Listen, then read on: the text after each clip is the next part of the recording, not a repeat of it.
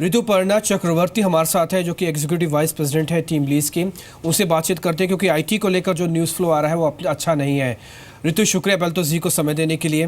ये जो अभी H1B वीज़ा को लेकर वापस यूएस में जो भी हो रहा है, बजट ड्राफ्टिंग हुई, ड्राफ्टिंग सबमिट हो गया है, कितना नुकसान आप देखती हैं आईटी इंडस्ट्री को एज सच? क्योंकि ये बजट, ये जो बात थी, ये तो डोनाल्ड ट्रंप के साथ ही शुरू हो गई थी, ये नया तो नहीं है। हेलो, यस ऋतु, सुन पा रहे हैं आप मेरे को? या कितना डैमेजिंग होगा ये? देखिए, इमीडिएट इम्पैक्ट पर्सपेक्टिव हाँ डैमेजिंग तो है। एक्चुअली पिछले 3-4 महीने से हायरिंग वैसे ही बहुत स्लो डाउन हो चुकी है in anticipation of something like this. So I think IT industry has been mentally preparing themselves for this. However, that financial impact रहेगा because I think already सुनने में आ रहा है कि काफी लोगों का वीजा प्रोसेसिंग में, रिन्यूअल्स में, एक्सटेंशंस में there are challenges देखा जा रहा है. तो प्रोसेस शायद X नंबर ऑफ डेज लग रहा है, आज वो एक्सपोनेंशियली ज्यादा टाइम लग रहा है. एंड वो दिक्कतें ऑलरेडी सुनने को आ रहा है, हो रही है with employees who are currently deployed there through these IT firms. Eventually मेरा मानना है कि आईटी कंपनीज को एक मिडवे सोल्यूशन निकालना पड़ेगा, where in the short run बहुत सारा हायरिंग लोकल मार्केट से होगा, विद इन यूएस होगा, अमेरिकन शायद, but I think in the long run देखा जाएगा कि there will be a point is taken. मैं भी आपसे वापस आ रहा हूँ, आपसे और भी कुछ क्लैरिफिकेशन चाहिए, लेकिन इस बीच गणेश नटराजन हमारे साथ जुड़े हैं, नेस्कॉम से हैं. मिस्टर नटराजन, शुक्रिया पहले तो जी को समय देने के लिए. It's a blow to the IT industry जो भी H1B वीज़ा को लेकर वापस बातचीत शुरू हुई है और आईटी काउंटर्स अब टूट रहे हैं. ये कितना डैमेजिंग है, या फिर आपको लगता है कि इंडस्ट्री इसके लिए प्रिपेयर हो रही है? It's a immediate reflection, that's all, इसके अलावा कुछ नहीं है? नहीं, ऐसी कोई बात नहीं है कि इंडस्ट्री पे बहुत ज्यादा प्रेशर पड़ने वाला है, क्योंकि पिछले 2 साल से हम डिजिटल की ओर बढ़ रहे हैं और डिजिटल का जो बिजनेस है वो प्लेटफॉर्म बिल्डिंग पे है. डिजिटल प्लेटफॉर्म्स आप बनाएंगे और एक बार इम्प्लीमेंट करेंगे, can be used by multiple tenant, उस तरफ के बिजनेस है. मगर अभी जो कंपनियां हैं वो 3 तरह की कंपनीज हैं. एक तो काफी डिजिटल हो चुके हैं, एक जो प्रोडक्ट इंजीनियरिंग करती हैं या इंडिया में प्रोडक्ट बनाते हैं और वहाँ अमेरिका में बेचते हैं, और तीसरा जो पुराना मॉडल का कंपनी है जो अभी भी H1 वीजा के बेसिस पे अपना काम करते हैं. तो इस तीसरे कैटेगरी को जरूर कुछ प्रेशर होगा. और जैसे अभी पिछले स्पीकर ने कहा था, मॉडल रिविजिट करना बहुत जरूरी है, क्योंकि आगे बढ़ते हुए आप ये नहीं कर सकेंगे कि ज्यादातर भारतीय लोगों को इस्तेमाल करके काम करें. लोकल हायरिंग, ऑफशोर वर्क और जितना मिनिमम हो सके वहाँ क्रॉस बॉर्डर मूवमेंट, वही मॉडल पे निर्भर होगा हमारे इंडस्ट्री. तो इसका इफेक्ट कैसे होगा? मतलब कंपनी अपने रोल मॉडल को थोड़ा सा चेंज करेंगी, प्राइमा फेसी ये हो सकता है, या फिर यूएस जैसे बड़े बाजार को सर ऐसे तो छोड़ा नहीं जाएगा? नहीं, देखिए ये कोई नई बात नहीं है. मैं जब नास्कॉम चेयरमैन था 2008 में, तब भी सेनेटर डर्बन और ग्रासवी ने ऐसे इमिग्रेशन बिल इंट्रोड्यूस की थी. और उस टाइम में जो कॉम्प्रिहेंसिव इमिग्रेशन कहते हैं, मतलब कि ऑल कैटेगरीज ऑफ इमिग्रेशन, ना सिर्फ हाई स्किल्ड इमिग्रेशन, उसके बेसिस पे चर्चा होते होते बहुत टाइम लग गया और कुछ हुआ नहीं. मेरे ख्याल से अभी तो पूरा रिपब्लिकन सेनेट है, रिपब्लिकन कांग्रेस है, रिपब्लिकन व्हाइट हाउस है, तो डेंजर जरूर है कि ऐसे लेजिस्लेशन हो सकती है. और मगर हम काफी दिन से प्रिपेयर कर रहे हैं. ये नहीं कि कोई नई बात है कि लोगों को भेजना मुश्किल हो जाएगा या ज्यादा एक्सपेंसिव होगा. और जो कंपनी इसके लिए प्रिपेयर हैं उन पर ज्यादा प्रभाव नहीं होगा. मगर अगर आप पुराने मॉडल पे ही चल रहे हैं तो आपको मॉडल बहुत जल्दी बदलना ही पड़ेगा.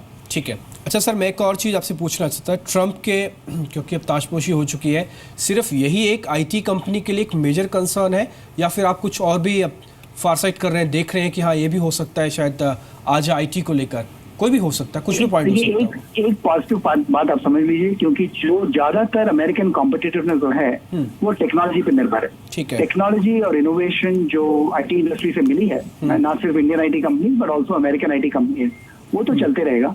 और कॉर्पोरेट सेक्टर में ये पूरा रियलाइजेशन है कि नए टेक्नोलॉजी अगर इंडिया में बनती है या चाइना में बनती है, रशिया में बनती है, उसको इस्तेमाल करना बहुत जरूरी है. तो मुझे नहीं लगता है कि आईटी इंडस्ट्री पे इतना ज्यादा प्रभाव होगा. मगर ये जरूर है कि profits will come under pressure.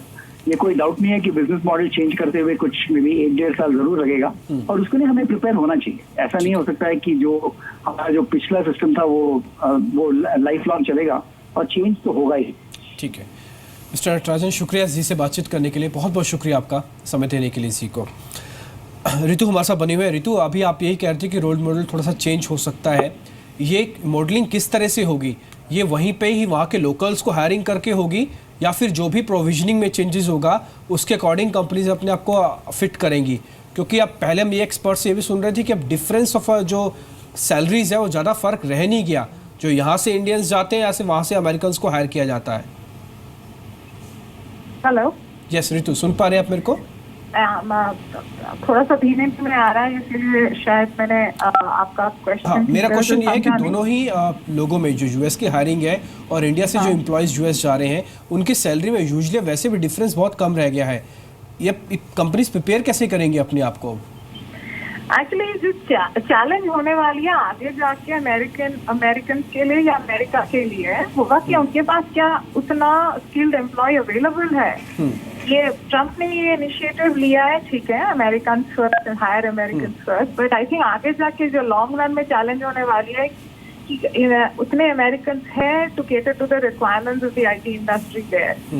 और जब उस टाइम पे I think we should be prepared to take advantage of that situation कि वो होने वाली है।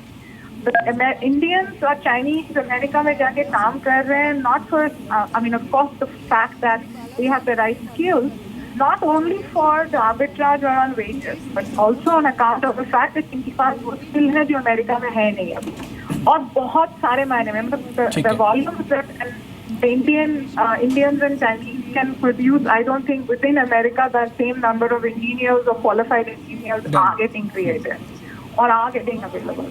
So उस time पे you will have to rely back on the talent which are coming from India and probably rest of the other Asian countries. Wages के देखा जाए, जब वो स्किल का चैलेंज होने वाला है, अगर wages I think he is talking about $100,000, ठीक है, finally that's what he is saying that अगर आपको बाहर से भी लेना है तो आपको 100,000 एटलीस्ट मिनिमम पे करना होगा। Indians will benefit from it in any case. हाँ, प्रॉफिट पे इम्पैक्ट पड़ेगा फॉर ऑर्गेनाइजेशंस और sending people, the margin that they were earlier earning शायद वो हो ना पाए, but I think it's a short-term impact. Eventually, the fact that there is not adequate supply of talent will show up, and उस time पे I think we stand to benefit.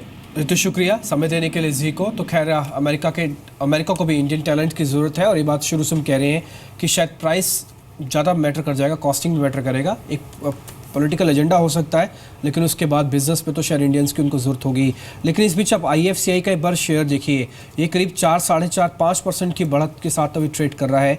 खबर इसमें ये आई है, सोर्स बेस्ड इंफॉर्मेशन है, कि IFCI को सरकार में कुछ कैपिटल इन्फ्यूज़न दे सकती है, यानी में पैसा इन्फ्यूज़ कर सकती है।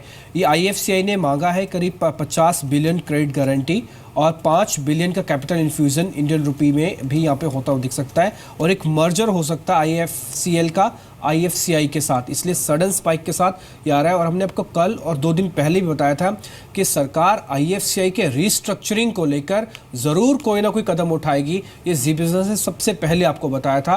और आज ये खबर आई है सोर्स को लेकर कि इंफॉर्मेशन यही है कि IFCI के अंदर सरकार कैपिटल इन्फ्यूजन करेगी, हो सकता है बजट में इसकी रीस्ट्रक्चरिंग को लेकर भी कुछ एक खबर आ जाए। दिन के उच्चतम स्तरों पर 5-5.5% की बढ़त के साथ ये शेयर इस समय ट्रेड कर रहा है। निपुण, ये बात बिल्कुल तय है कि 2016 में जिस चीज़ को हम छोड़ के आए हैं ना, 2017 में सरकार सबसे पहले उसी को पकड़ेगी, वो है विनिवेश, डिसइन्वेस्टमेंट। वो टारगेट ऐसा है कि उसके बात होते ही मोदी सरकार घिर जाती है। शायद इस बार ऐसा नहीं करने वाले हैं। NMDC, सेल, ये लाइव एग्जाम्पल है, IFCI लाइव एग्जाम्पल है आपके सामने। एक्सपेक्ट करें इस बार बजट के अंदर सरकारी कंपनीज पे थोड़ा बेटिंग ज़्यादा हो।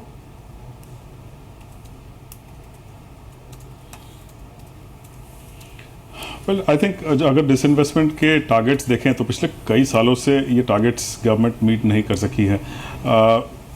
अलग अलग तरीके से कोशिश कर रही, लेकिन हम बहुत लिमिटेड डिसइन्वेस्टमेंट गवर्नमेंट की ओर से देख सक रहे हैं।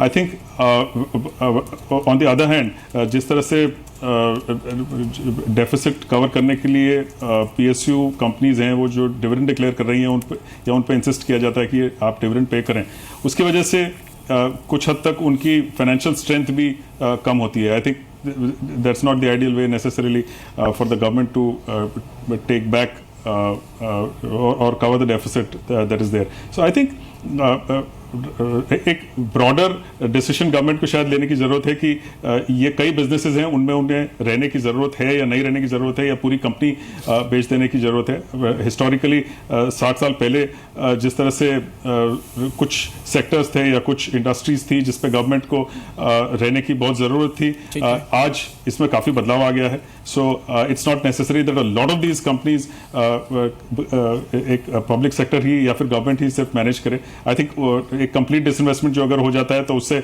एक नॉट जस्ट टारगेट्स मीट होते हैं, लेकिन गवर्नमेंट का जो excessive governance in certain cases है वो भी एक कम हो सकता है। हम सर्टन केसेस जिसमें there is a years long delay, decades long delay in fact in disinvestment, ये भी हम देख रहे हैं। I think it's a faster decision making, but a change in disinvestment model or change in business governance of by the government of these PSU companies, इसमें एक जो अगर बदलाव आ जाता है तो that will be a path breaking model और path breaking decision as far as government and the budget is concerned। नहीं, होना भी चाहिए। खैर, इसमें कोई दो राय नहीं कि सरकारी कंपनी में जब क्षमता है तो क्यों उनकी क्षमता का पूरा फायदा नहीं उठाना चाहिए। सरकार इस पर गंभीरता से सोच भी सकती है और ये होना भी चाहिए, ऐसी हमारी उम्मीद भी है। ये IFC का चार्ट आप देख पा रहे हैं, दिन के उच्चतम स्तरों पर है। हमारे साथ गौरव बने हुए हैं, लेकिन इस बीच आपको बता दें लोकसभा की कार्रवाई शुरू हो गई है और वित्त मंत्री आपको तस्वीरों में देख पा रहे हैं। तो इकोनॉमिक सर्वे को रख दिया गया है, टेबल कर दिया गया है और इसमें GDP जो FY18 में की गई है ग्रोथ वो बताया गया है 7.25 से 7.5% के बीच में। तो FY18 की जो GDP डाउनसाइड रिस्क दिया गया है, लेकिन इसकी जो रेंज दी गई है वो 6.75 से 7.50 है। तो इकोनॉमिक सर्वे जो सबसे इंपॉर्टेंट पॉइंट था जो टेबल होते ही आया वो GDP का है। 7% से नीचे अनुमान था 7.1। GDP के जो प्रोजेक्शन आई है FY18 GDP ग्रोथ के लिए वो रेंज आई है 6.75 से 7.5, यानी कि एक ब्रॉडर रेंज दी गई है करीब 1% की। एक्सपेक्टेड था कि 7% के ऊपर ही सरकार शायद थोड़ा रखे, लेकिन इसका असर आया है। डाउनसाइड रिस्क थोड़ा सा बताया गया कि होगा FY18 में GDP ग्रोथ को लेकर। डीमोनेटाइजेशन का रिस्क भी FY18 की GDP ग्रोथ पे फोरकास्टिंग को देकर किया गया है। Risk in oil prices risk to the FY18 GDP forecasting है, जो हम आपसे कह रहे थे कि सोर्स बेस से हमको इन्फॉर्मेशन मिल रही है। उसमें एक ये बात भी हमने रखी थी कि ऑयल कलेक्शन जो ऑयल कंपनी से जो कलेक्शन होता था वहाँ पे भी थोड़ा सा दबाव है और ऑयल प्राइसेस की वजह से भी थोड़ा सा GDP पे फर्क आएगा। तो एक तो ऑयल प्राइसेस और दूसरा डीमोनेटाइजेशन यानी कि नोटबंदी, इन दोनों के असर की वजह से 7% से नीचे 6.75% से लेके 7.50% तक का एक ग्रोथ का यहाँ पे आंकड़ा आता हुआ दिखा है, जो कि बहुत इंपॉर्टेंट है। और निपुण आपका फर्स्ट रिएक्शन पहले तो इस पे दीजिए, क्योंकि मार्केट स्लाइड कर गया है, 66% अभी नीचे है। ये 7% से नीचे GDP खुद सरकार अनुमान दे रही है, ये जस्टिफाइड है? मार्केट डिस्काउंट कर रहा है इसको?